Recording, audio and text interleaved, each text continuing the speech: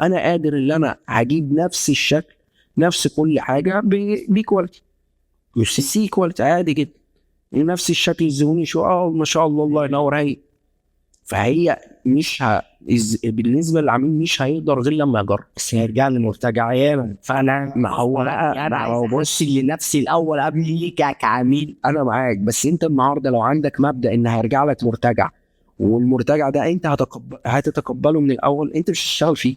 اكيد. يعني انا لو في نيتي صح. ان انا هجيب قطعه غيار هيرجع لي منها مرتجع، مش هجيبها. مش عايز.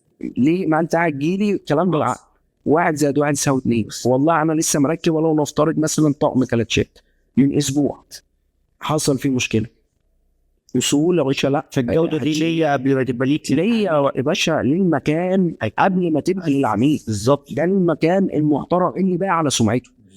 يعني النهارده السمعه دي مش بفلوس، السمعه دي حاجه لا تقدر بثمن.